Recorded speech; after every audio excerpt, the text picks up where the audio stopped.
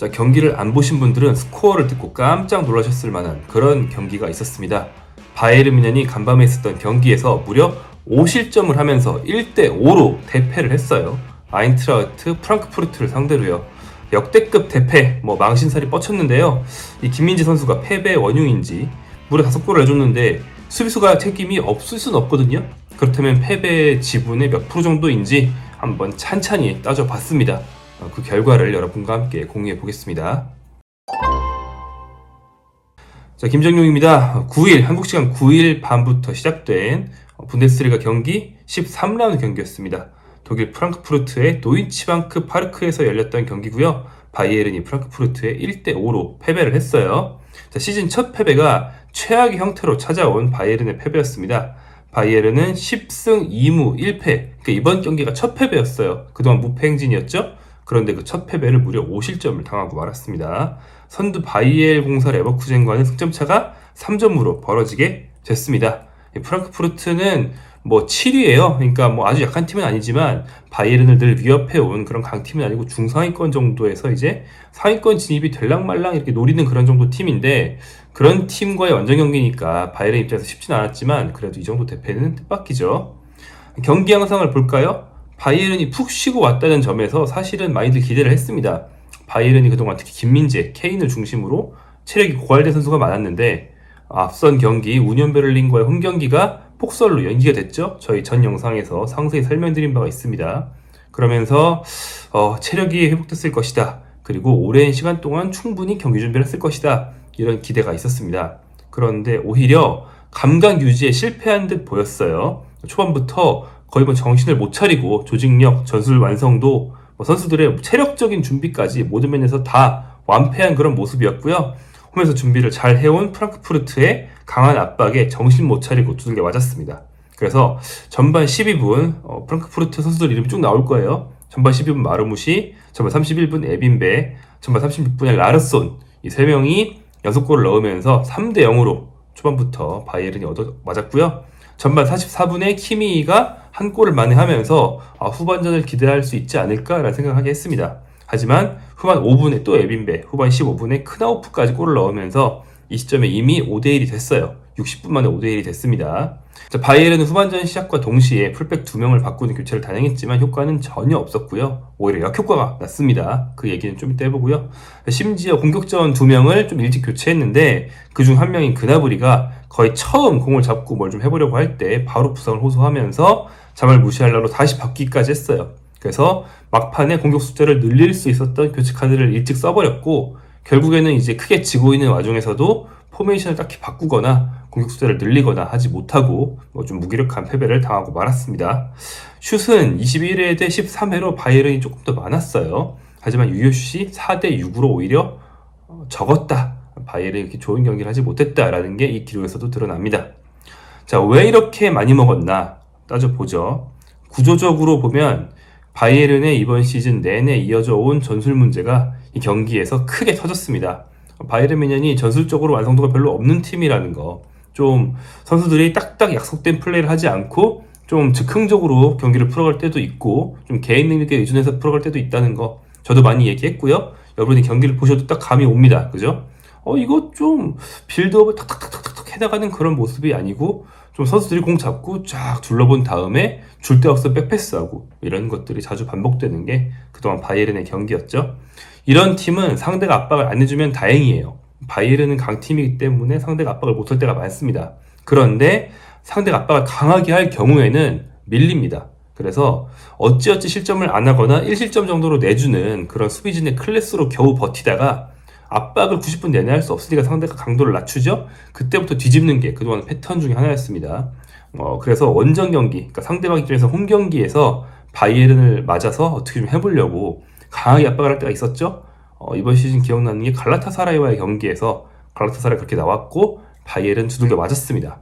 그런데 이제 실점은 하지 않고 슛만 두들겨 맞으면서 어찌어찌 버티다가 결국엔 이겼죠. 이게 바이에른의 어떤 선수 클래스, 좀 선수들의 기본적인 어떤 능력치 총합으로 이기는 그런 바이에른의 이번 시즌 경기 양상이었습니다. 그러나 이번 프랑크푸르트전은 쉬고 왔음에도 불구하고 경기 감각이 엉망이었어요. 그래서 빌드업에 중요한 좌우 풀백과 수비형 미드필더들이 전혀 기능을 하지 못했습니다.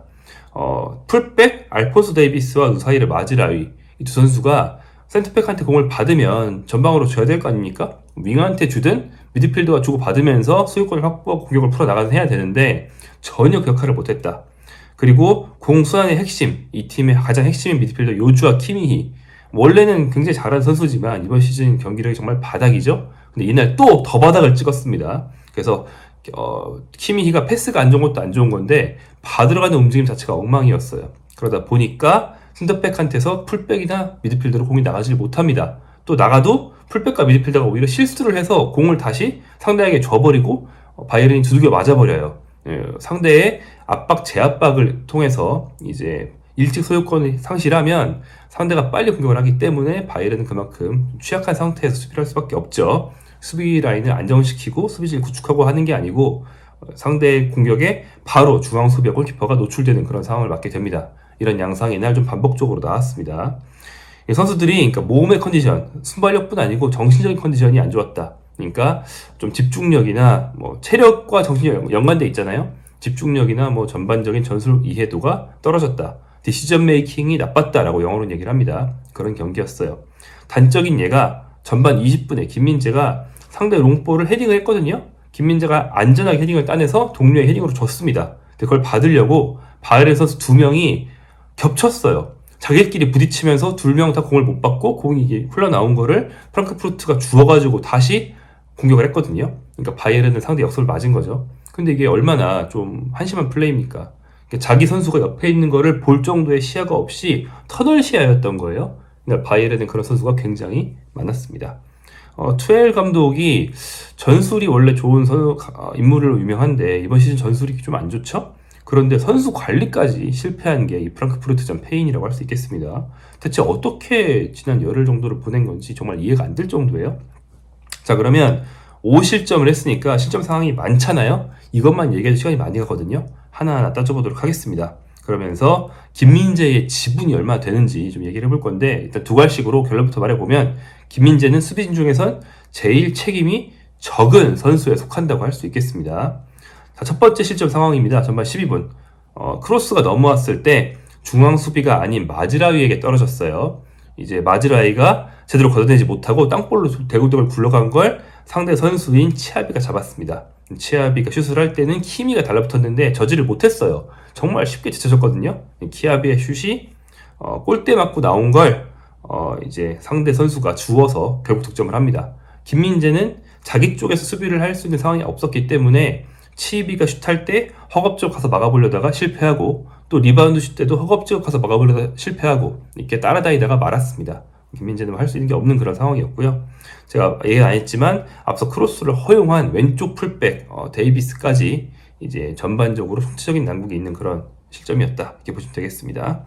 두 번째 실점 전반 31분이었는데 이때는 이제 김민재 선수가 조금 책임이 있어요. 뭐냐면 상대 롱패스를 김민재가 안정적으로 뻥 차내거나 뭐 사이드라인으로 아웃시키지 않고 원래 하던 대로 본인이 소유권을 확보를 했거든요. 근데 김민재 역시 컨디션이 안 좋았던 것 같아요.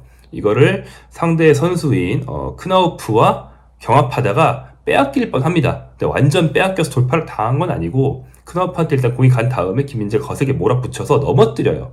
크나우프가 넘어지기 직전에 겨우 백패스를 하거든요. 김민재가 돌파를 허용한 건 아니고 백패스를 하기까지 좀 자신의 실수를 많이 하긴 했어요. 근데 백패스를 받은 에빈베가 즉시 자신의 스피드를 살려서 바이에른 문전으로 돌진을 하는데 데이비스와 우파메카노 사이를 그냥 뚫어버립니다. 그러면서 정면으로 뚫고 마누엘 노이어의 타이밍까지 뺏는 슛으로 득점을 해버려요. 그러니까 김민재는 한 명을 막는데 실패를 했다라면 나머지 바이에른 선수 3명이 에빈베 1명을 못 막고 실점을 해버렸습니다. 추풍낙엽처럼 그냥 떨어져 나갔어요. 자, 세 번째 실점 장면은 전반 36분인데 이거는 키미히의 큰 실수입니다. 키미히의 패스 미스로 공기를 그냥 줬어요. 헌납을 했고요. 휴고 라르손이 문전으로 파고들 때 이제 우파메카노가 앞을 막았었거든요. 근데 오른발로 슛하는 척하고 접고 왼발로 찼는데 우파메카노가 그냥 그대로 속았습니다. 그래서 이거는 키미히와 우파메카노가 실수와 수비 실패로 이제 크게 지분이 있는 그런 상황이었고, 자, 네 번째 실점입니다. 네 번째 실점 후반전이라고 했죠. 자, 전반에 후반으로 넘어올 때 빌드업 문제를 인식하고 투엘 감독이 데이비스와 마주엘을 다 뺐습니다. 그러면서 왼쪽에는 게헤이로, 오른쪽에는 라이머를 투입했거든요. 그런데 새로 들어온 라이머가 마즈라이보다 더 노골적인 실수를 해버립니다. 후반 5분인데요. 우파메카노가 공을 끌고 빌드업을 하러 올라갑니다. 근데 이제 라이드머가 원래 풀백이잖아요. 아마 감독 지시일 텐데 오른쪽에 벌려서 공을 받는 게 아니고 흔히 말하는 인버티드 풀백의 포지셔닝으로 안으로 들어가면서 공을 받으려고 합니다. 근데 라이머가 그래도 센터백이 바로 공을 가지고 오고 있으니까 패스기를 열어줘야 되는데 자꾸 올라가면서 무슨 스루 패스를 받으려고 하는 거예요. 그래서 우파메카노가 계속 공을 끌고 올라갈 때 라이머가 이렇게 더 올라와 손짓하면서 그냥 가버립니다. 근데 너무 이 상황이 길어지니까 프랑크푸르트 선수 3명이 압박을 하고 이제 2명이 이렇게 채널을 좁히면서 우파메카노가 라이머에게 패스를 줄 수 있는 그 길이 이렇게 없어져 버렸어요. 그래서 우파메카노가 할 때 달려들어서 뺏어버립니다. 그러니까 이거는 기본적으로 우파메카노의 실수, 큰 에러인데 라이머의 잘못된 움직임이 이제 원인을 제공한 거죠. 그러면서 우파메카노가 빼앗겼고요.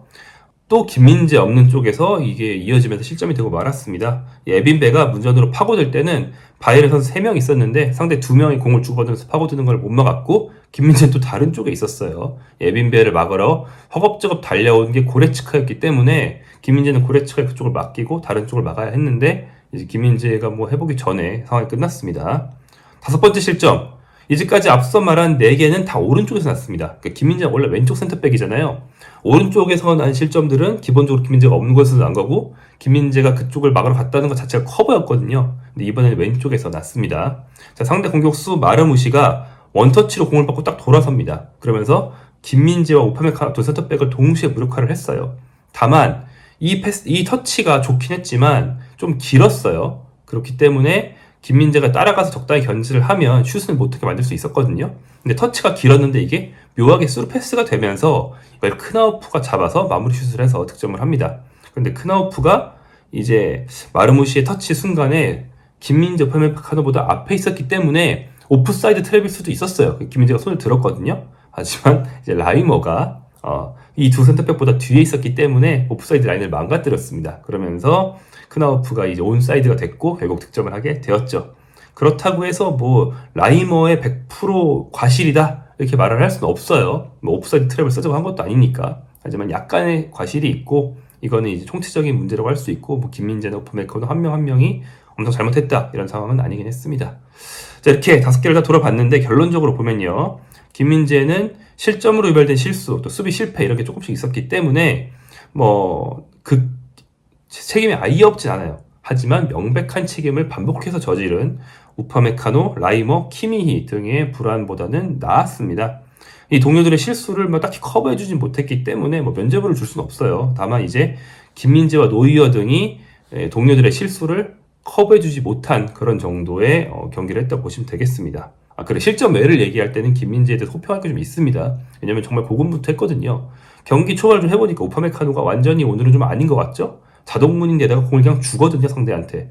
김민재가 그 뒤를 커버하느라 고생을 좀 많이 했습니다. 자, 김민재 선수는 자신의 그 좌중간, 왼쪽 센터백 역할뿐 아니고 오른쪽으로 굉장히 자주 움직였고요. 심지어 후반 12분에는 아예 오른쪽으로 가서 우파메카노 뒤에서 슬라이딩 태클로 위기를 모면하는 그런 모습까지 있었습니다. 또 헐거운 중원까지도 김민재가 좀 보완해야겠다 싶으니까 이미 지고 있으니까는 좀 과감한 수비도 필요하고요. 중원으로 올라가서 막 몸싸움하고 공 따내고 그런데 이제 거기서 확실히 소용 확보하지 못하면 역습 맞으니까 뭐 좀 무리해서라도 몸싸움 막 하면서 상황을 좀 유리하게 만들어 놓고 돌아가는 그런 모습들을 볼 수 있었어요. 김민재는 앞으로도 올라가서 고생하고 좌우로도 많이 뛰면서 고생을 했습니다. 실점 장면뿐 아니라 뭐 제가 말씀드렸듯이 파트너의 실수가 계속 이어졌습니다. 예를 들어서 후반 39분 은쿤쿠가 뜬 공에 대해서 기민하게 반응하지 않고 좀 안이하게 여유있게 터치를 하려고 했는데 그때 상대 선수인 그 닐스 은쿤쿠가 달려들어서 빼앗아 버렸어요. 그래서 은쿤쿠가 문전으로 돌진할 때 김민재가 커버 수비를 해서 겨우 실점을 막을 수 있었던 그런 장면도 있었습니다. 김민재 선수는 뭐 여러모로 볼 때 본인이 최상의 컨디션일 때에 비하면 판단의 속도가 조금씩 늦은 모습이었습니다. 저희 늘 얘기하고 여러분도 느끼셨다시피 김민재는 발 스피드만 빠른 게 아니고 판단의 속도가 빠르거든요. 그래서 뭐 다른 센터백들보다 넓은 범위를 커버할 수 있는 게 정말 큰 장점이에요. 좀 솔직히 말하면 김민재가 너무 수비 범위가 넓으니까 팀 수비에 문제가 있어도 좀 가려져 있는 모습이 있었거든요. 근데 이날처럼 김민재가 컨디션이 좀 안 좋으니까 팀의 수비 문제가 정말 폭발해버리는 그런 모습을 보면서 역설적으로 얘기하면 김민재 컨디션 하나가 안 좋을 때 팀이 얼마나 크게 휘청이는지 또 볼 수 있는 모습도 있었습니다. 동료들의 컨디션이 안 좋은 건 김민재가 어찌어찌 막아줄 수 있다. 하지만 김민재까지 안 좋으면 답이 없다라는 얘기죠. 자, 이날 바이에른에는 컨디션이 좋은 선수는 없었어요. 그럭저럭 괜찮은 선수가 그나마 이제 좋은 거고 아주 나쁜 선수가 있고 이렇게 두 가지가 있었습니다. 자, 수비진만 안 좋은 선수들 얘기했지만 뭐 공격진에서도 킹슬리 코만 컨디션 정말 바닥이었고요. 좀 그럭저럭 나쁘지 않았다 정도의 선수가 이제 김민재, 공격 쪽에서는 자네와 케인 정도가 있었다고 할 수 있겠습니다. 이렇게 열흘씩 훈련할 기회가 생기면 사실 많은 감독들이 조직력을 확 향상시켜오는 경우도 있거든요. 뭐 새로운 전술, 무기를 장착해오는 경우도 있고요. 근데 훈련 프로그램이 또 최 감독이 좋기로 유명합니다. 별별 훈련 프로그램을 막 고안하고 선수들에게 새로운 훈련을 제안해서 좀 지지를 이끌어내고 이런 게 장점이거든요. 근데 요즘 뭐 하는지 모르겠어요. 원래 잘하던 거를 못하고 있단 말입니다. 왜 열흘 쉬고 오니까 팀이 퇴보하는지 좀 궁금할 노릇입니다. 자, 바이에른은 프랑크푸르트만 만나면 대패하는 경향이 있습니다. 이 5실점으로 패배하는 게 뜻밖에도 그렇게 드문 일이 아닌데요. 바이에른 같은 경우는 독일 팀이고 독일은 좀 서로 맞불을 막 놓는 경우들이 있기 때문에 한번 실점을 하고 무너지기 시작하면 바이에른일지라도 쫙 무너질 때가 있거든요. 비교적 최근 사례를 보면 2021년 10월 2년밖에 안 됐죠. 이때 포칼에서 메넨글라드바흐의 0대5로 진 바가 있어요. 바이에른이 뭐 2군을 내보낸 게 아니고 1군이 나갔는데 그렇게 졌어요. 분데스리가만 보면 가장 최근 사례가 2019년 11월인데 이때도 프랑크푸르트에 당했습니다. 당시에는 경기 시작 9분 만에 제롬 보아탱이 퇴장당한 게 굉장히 컸기 때문에 이번만큼 뭐 퇴장도 없는데 왜 이렇게 졌어 이런 건 아니고 좀 대패할 만하긴 했습니다. 당시에는 마지막 5번째 실점을 허용한 게 후반 40분이었으니까 또 더 오래 걸리기도 했고요. 이번 경기는 바이에른의 퇴장 선수가 있는 것도 아니고 초반에 오심 피해를 본 것도 아니기 때문에 더 강한 인상을 남기는 것 같고 60분 안에 5골을 내준 거 이건 무려 1975년 이후 처음이라고 합니다. 75년 이후 처음이면 48년 만이죠? 근데 그 전에 48년 전에 바이에른에게 치욕을 안긴 팀 역시 프랑크푸르트예요. 1975년도 프랑크푸르트, 2019년도 프랑크푸르트, 이번에도 프랑크푸르트. 뭔가 이 좀 악연이 있는 그런 관계라고 봐도 될 것 같습니다. 이제 일각에서 그런 얘기가 나옵니다. 대패했으니까 감독 잘리는 거 아니냐.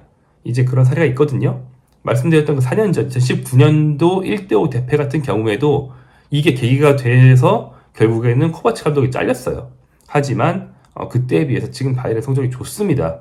대패는 했지만 말씀드렸던 것처럼 첫 패예요. 지금 10승 2무 1패로 리그 성적만 놓고 보면 오히려 좋은 편이거든요. 투엘이 성적만으로 당장 경질될 것 같지는 않습니다. 다만 제가 모르는 속사정이 있다면 이를테면 뭐 보드진과 투엘의 어떤 갈등 이런 게 있다면 뭐 일찍 잘릴 수도 있긴 하겠습니다만 그것도 대안이 없기 때문에 아마 현재로서는 좀 어렵지 않을까 생각을 합니다. 자, 경기 후에 투엘 감독이 뭐라고 했는지 봤어요. 그랬더니 뭐 이번에는 뭐 남 탓을 막 하지 않았습니다. 유체타법 쓰지 않았거든요. 좀 인상적인 말이 우린 XG만 이겼다. 그리고 상대는 모든 걸 다 이겼다. 이렇게 말을 했는데 제가 XG를 찾아봤어요. 이제 뭐 분데스리가 공식 XG를 놓쳐서 다른 매체에서 제공한 XG를 봤는데 바이에른이 2.23, 프랑크푸르트가 1.53, 바이에른이 우세했던 게 맞습니다. 그러니까 XG 1.53인데 5실점을 했다? 상대 결정력이 엄청 좋았거나 바이에른 수비가 엄청 헐거워서 XG 이상의 시점을 막 내줬거나 둘 중 하나인데 이날은 두 개 다였습니다. 투엘 감독이 약간 이상한 경기였다라고 말했는데 이것만 조금 변명조고 나머지는 다 뭐 변명이 없습니다. 자, 일주일 동안 훈련을 잘했는데 막상 경기를 할 준비가 안 된 상태였다. 원정에서 이기겠다는 강한 의지가 전혀 없었다라고 말을 했는데 뭐 맞는 말이고요. 또 실수한 선수를 좀 꼽아달라는 식의 유도 질문에는 누구 한 명 꼽아서 막 비난하는 걸 꺼리면서 당연히 실수가 많았기 때문에 이런 결과가 나온 것이다 라고 팀 전체의 문제를 얘기를 했고 팀이 반성해야 하고 나도 포함된다 라고 해서 이제 본인이 책임을 회피하진 않았습니다. 선수 탓 안 했네요. 그동안 선수 탓 하면서 뭐 실점 장면 막 구체적으로 얘기하면서 김민재가 뚫렸고 막 이런 적이 있었는데 이번엔 그러진 않았습니다. 그렇게 하나하나가 얘기를 할 정도로 실점이 적지가 않았으니까 1실점이면 그랬을 수도 있는데 5실점이니까 그럴 수가 없었던 것 같아요. 자, 바이에른 이렇게 대패를 했습니다. 김민재 선수도 경력을 통틀어서 이 정도로 크게 지고 그러니까 또 우리 팀이 약체 입장이면 몰라. 우리 팀이 훨씬 강한 입장인데 이렇게 크게 진 건 아마 처음일 것 같고요. 뭐 이 패배를 자양분 삼아서 그 전 경기까지는 다 굉장히 잘해왔으니까 그 김민재로 돌아가고 팀도 좀 경기력을 좀 끌어올려서 김민재에게 걸리는 부하를 좀 낮춰줬으면 좋겠습니다.